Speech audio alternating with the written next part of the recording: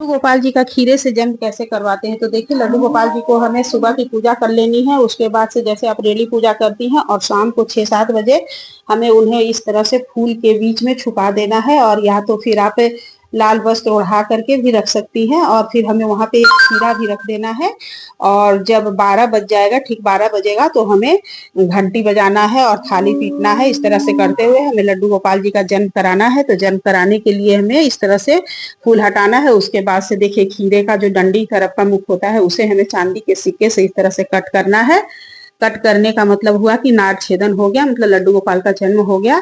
और जो उसका ऊपर वाला भाग है, उसे हमें तुलसी जी के नीचे गाड़ देना है, और नीचे का भाग जो है उसे प्रसाद रूप में खाना है।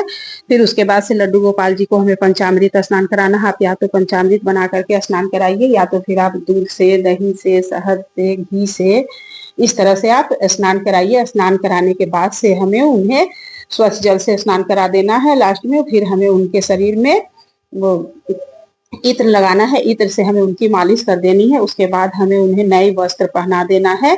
नया वस्त्र पहना करके फिर हमें भगवान जी की पूजा कर देनी है। तो ये हमारे लड्डू गोपाल जी का खीरे से जन्म इस तरह से होता है। और बहुत से दूसरी विधि है कि आप खीरे को बीच से काट करके उसमें भी आप लड्डू गोपाल जी, यदि आपके छोटे हैं तो छुपा करके रख दीजिए, और 12 बजे रात को आप उसको खोलिए, और इसी तरह से जैसे नाल छेदन की हूँ इसी तरह से करके, और फिर उसके बाद हमें लड्डू गोपाल जी की पूजा कर लेनी है। और उस दिन हमें ओछवानी, पूड़ी, खीर और माखन